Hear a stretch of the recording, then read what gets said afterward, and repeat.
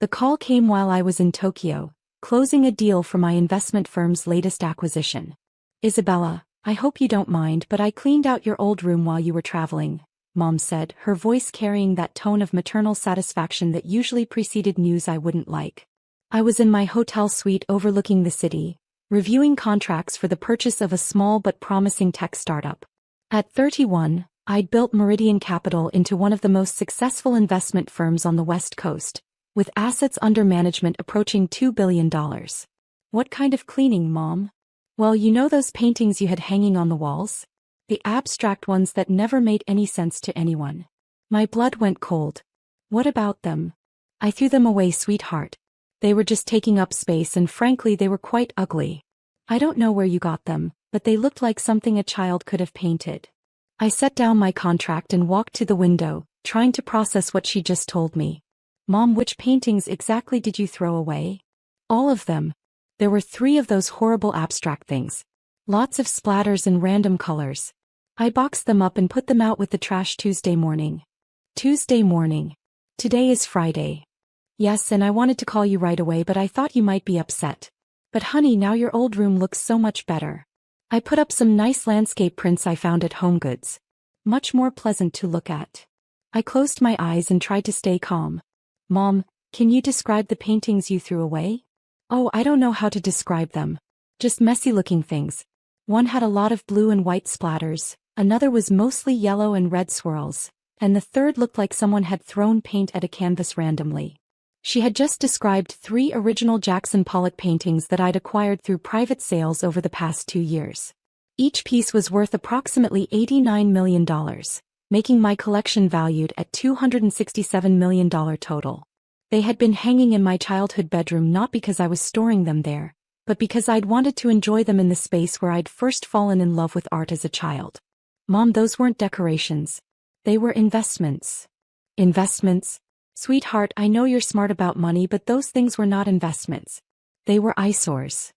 They were original Jackson Pollock paintings. Silence. Jackson who? Jackson Pollock. One of the most important American artists of the 20th century.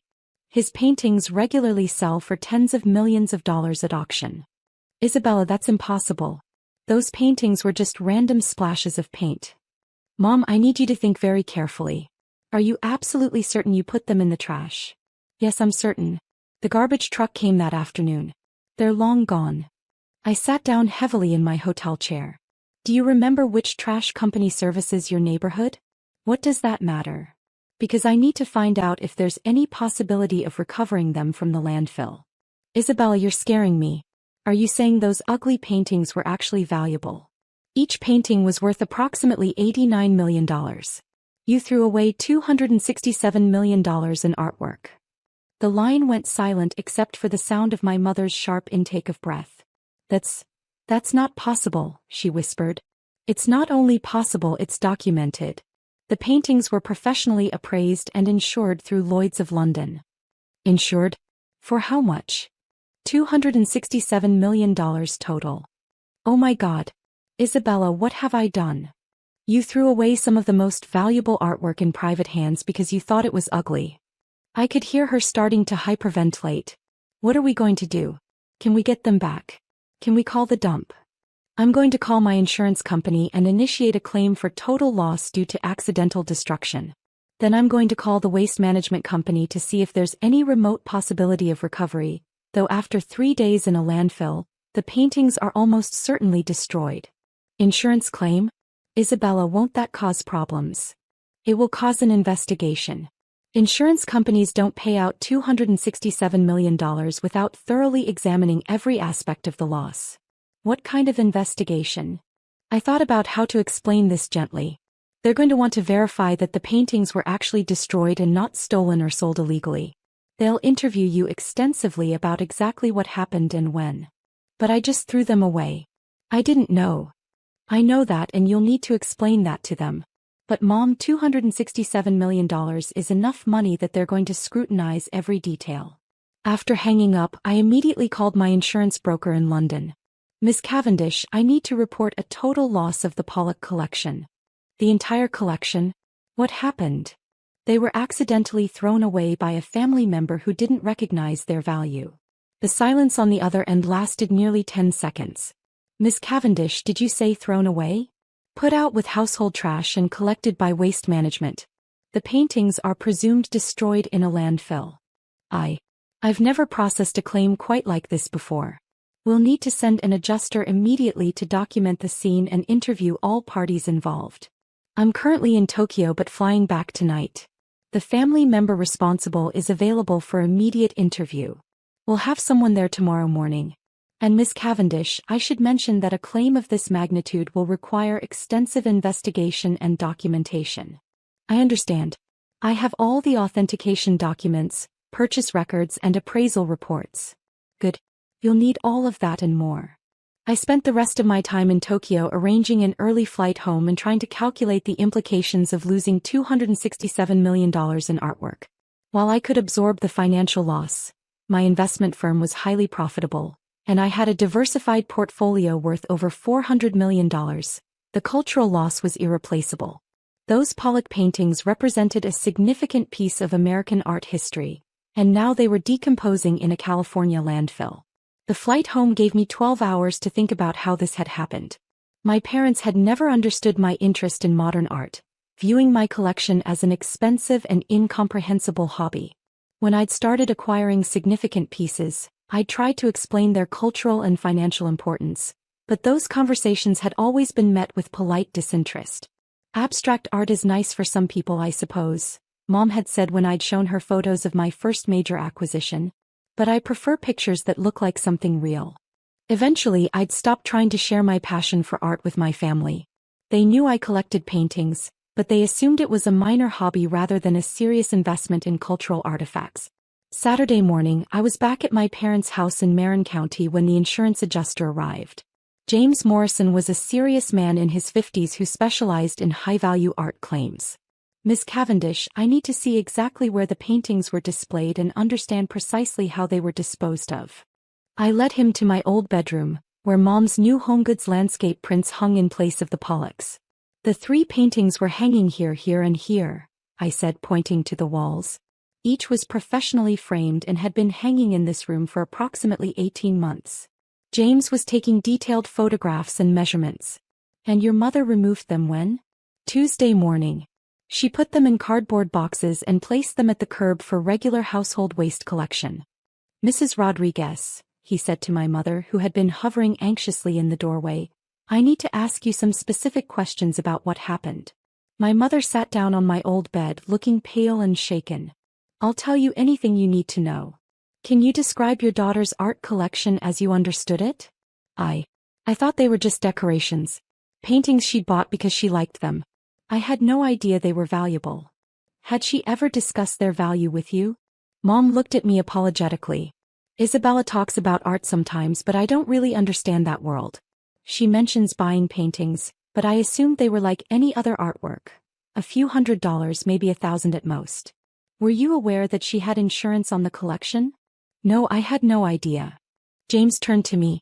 Miss Cavendish, had you ever specifically told your family about the value of these pieces? I thought about this question carefully. I had mentioned that I was building a serious art collection and that the pieces were significant investments. But I had never quoted specific dollar amounts to my family. Why not? Because my family has never shown interest in the details of my art collecting. When I've tried to share information about acquisitions or valuations, the conversation typically shifts to other topics. James was making notes. Mrs. Rodriguez, when you decided to dispose of the paintings, did you consider asking your daughter first? I thought I was doing her a favor. The room looked so cluttered with those ugly paintings. I wanted to make it nicer for when she visits. Did you recognize the artist's name or signature on any of the pieces? I never looked at them that closely. They were just splatters and swirls. I couldn't imagine anyone paying good money for something like that. James spent 2 more hours documenting everything, photographing the room from every angle, and taking a detailed statement from my mother about the timeline of events. After he left, my mother and I sat in the living room in uncomfortable silence. Isabella, I feel sick about this. How could I have known those horrible paintings were worth so much money? They weren't horrible, Mom. They were important pieces of American art history created by one of the most influential painters of the 20th century. But they looked so random. Like accidents. Jackson Pollock's technique was revolutionary. He developed a method of painting that expressed pure energy and emotion through controlled chaos. His work is in major museums around the world. I just don't understand how splashing paint on canvas is worth $89 million. I looked at my mother, a woman who had raised me to value education, hard work, and financial responsibility, but who had never developed an appreciation for the cultural significance of art. Mom, do you understand what I do for a living? You have an investment company. You help rich people manage their money. I identify undervalued assets and help clients build portfolios that preserve and grow wealth across generations. Art is one of those asset classes. So you bought those paintings to make money? I bought them because they represented significant cultural value that I believed would appreciate over time. But more than that, I bought them because they moved me emotionally. I genuinely loved those pieces. Mom started crying. I threw away $267 million because I thought I was cleaning up clutter. You threw away $267 million because you made assumptions about something you didn't understand, and you acted on those assumptions without asking questions.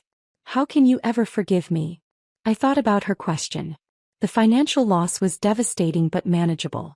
The cultural loss was irreplaceable. But the underlying issue was more complex than just the destroyed artwork. Mom, this isn't really about forgiveness. It's about understanding. For years, I've tried to share my interests and achievements with this family, and for years, those conversations have been dismissed or ignored. We don't dismiss your interests. When I showed you photos of my first major art acquisition, you said modern art wasn't your thing and changed the subject. When I tried to explain why I was passionate about collecting, you suggested I buy something prettier instead. When I mentioned that my collection was becoming significant, you said it was nice that I had a hobby. But we didn't know it was so important to you. Everything I'm passionate about is important to me, Mom. My career, my investments, my art collection, my philanthropic work, they're all expressions of who I am and what I care about. But this family has consistently treated my interests as less worthy of attention than other people's hobbies. That's not true. Last month at Sunday dinner, you spent 30 minutes discussing Jennifer's scrapbooking hobby and asking detailed questions about her techniques and supplies. When I mentioned acquiring a new piece for my collection, you said, "That's nice," and immediately asked Dad about his golf game. Mom was quiet, apparently thinking about the pattern I described. Maybe we haven't been good listeners. You haven't been curious listeners. There's a difference between being polite and being engaged. 3 days later, James Morrison called with his preliminary findings. Ms. Cavendish, we've confirmed with the waste management company that the materials from your parents' address were disposed of at the Redwood landfill. Given the volume of waste processed and the time elapsed, recovery is impossible. So the paintings are confirmed destroyed? Yes. However, we did find something interesting in our investigation. What's that? The waste management supervisor remembered the collection specifically. He said it was unusual to see framed artwork in household trash, so he took photos before the truck was emptied. My heart jumped. Photos of the paintings. Photos that clearly show 3 framed abstract paintings being loaded into the waste truck. The images aren't high resolution, but they're sufficient to document that the artwork was indeed disposed of as household waste. That's actually good news for the insurance claim. Very good news. It removes any question about the circumstances of the loss. We'll be processing the full claim amount. How long will that take? Given the documentation you've provided and the waste management company's cooperation, we should have this resolved within 60 days. After hanging up, I sat in my Meridian Capital office looking out at San Francisco Bay. The insurance payout would make me financially whole, but it wouldn't restore 3 irreplaceable pieces of art history. More importantly, it wouldn't address the underlying family dynamic that had led to this situation. My phone rang. It was my mother. "Isabella, I've been doing research about Jackson Pollock." "Oh." I spent the last 3 days reading about his life, his technique, his influence on art. I watched documentaries, visited museum websites, read critical analyses of his work. What did you think? I think I was completely wrong about his paintings. Not just about their value but about their meaning and importance. I'm beginning to understand why people find them powerful. I was surprised by her response. That must have been a lot of research. I needed to understand what I destroyed. Not just the money but the cultural significance. Isabella, I threw away pieces of history. Yes, you did. More than that, I threw away something you loved. Something you'd worked hard to acquire and cared deeply about. Even if they had been worth nothing, I had no right to make that decision for you. I felt something shift in our conversation. Thank you for saying that. I want to make this right somehow. I know I can't replace the paintings, but I want to understand your world better. Will you teach me about art? Mom, that's not necessary. Yes, it is. I've spent years dismissing something that's important to you because I didn't understand it. I want to learn. Not because of the money but because it matters to you. 6 months later, I was standing with my mother in the Museum of Modern Art in San Francisco, looking at a Jackson Pollock painting similar to one of the pieces she'd destroyed.